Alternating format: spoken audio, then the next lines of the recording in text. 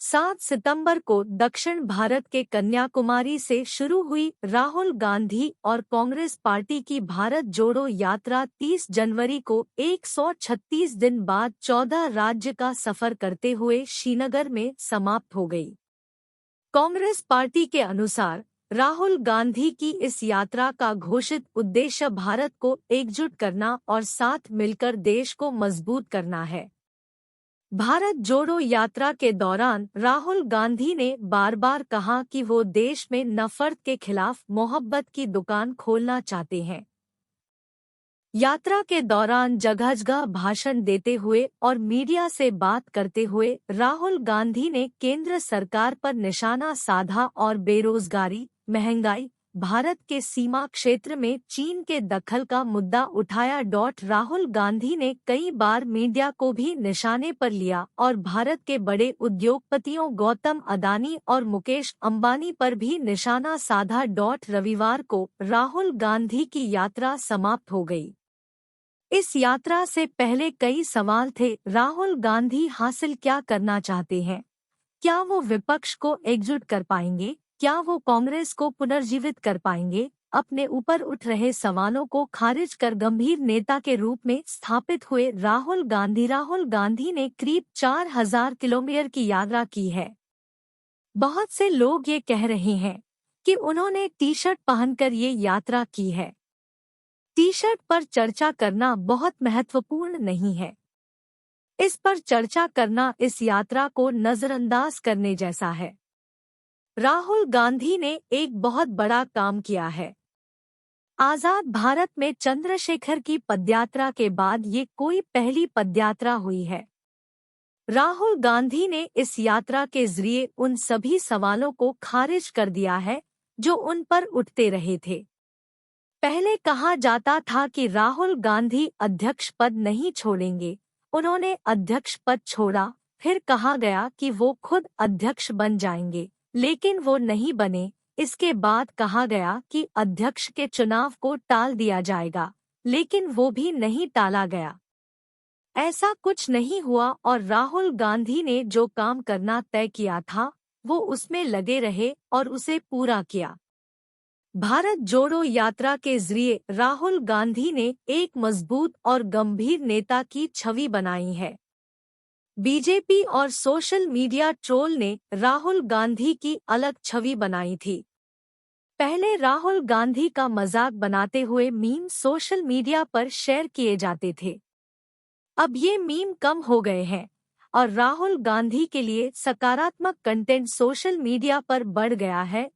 इस यात्रा के दौरान राहुल गांधी की बहुत सी खूबसूरत तस्वीरें भी आईं। कहीं राहुल बच्चों के साथ खेल रहे हैं, कहीं बुजुर्ग महिला का हाथ थाम रहे हैं, तो कहीं आम लोगों को गले लगा रहे हैं। इन तस्वीरें से भी राहुल गांधी की एक सकारात्मक छवि बनी है। इस यात्रा ने राहुल गांधी के व्यक्तित्व को भी गंभीर बनाया है। हिंदू धर्म में यात्राओं का अहम स्थान रहा है। यात्राएं व्यक्तित्व को गंभीर बनाती हैं। राहुल गांधी ने इस यात्रा के जरिए हिंदुस्तान को देखा है। जाहिर है उन्होंने देश के हर गंभीर मुद्दे को भी समझा होगा। अफ्रीका से लौटने के बाद जब गांधी भारत आए थे तब उन्होंने भी भारत में यात्राएं की और देश को समझा। भारत जोड़ो यात्रा ने राहुल गांधी को देश को समझने का मौका दिया है। राहुल गांधी ने भारतीय जनता पार्टी के मजबूत नेतृत्व के सामने एक ताकतवर विकल्प के रूप में खड़े होने की कोशिश भी इस यात्रा के जरिए की है। यदि राहुल गांधी को बराबर का नेता ना भी कहें तब भी अब वो कतार में तो आ ही गए हैं। अब लोग राहुल गांधी को गंभीरता से ले रहे हैं।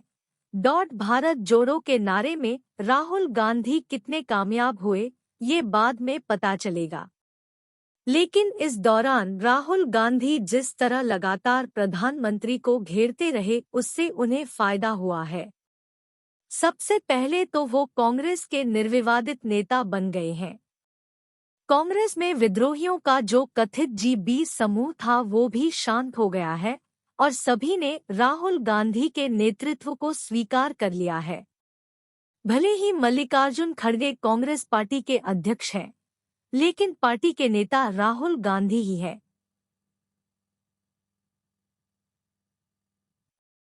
इसके अलावा राहुल गांधी विपक्ष के नेताओं में भी आगे निकल गए हैं। अब तक चाहे ममता बनर्जी हो या अरविंद केजरीवाल, वो सभी राहुल गांधी की गंभीरता पर सवाल उठाते रहे थे।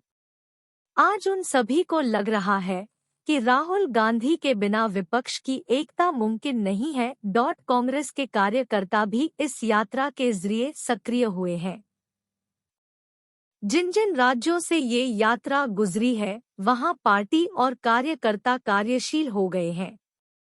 एक तरह से कहा जा सकता है, इस यात्रा से कांग्रेस पार्टी को नई जान मिली है।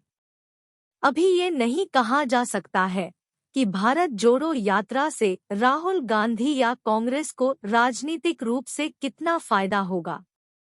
लेकिन यदि कांग्रेस अब अपने दम पर 100 लोकसभा सीटने की स्थिति में भी पहुंच जाती है, तो वो निश्चित रूप से विपक्ष का बड़ा चेहरा होंगे।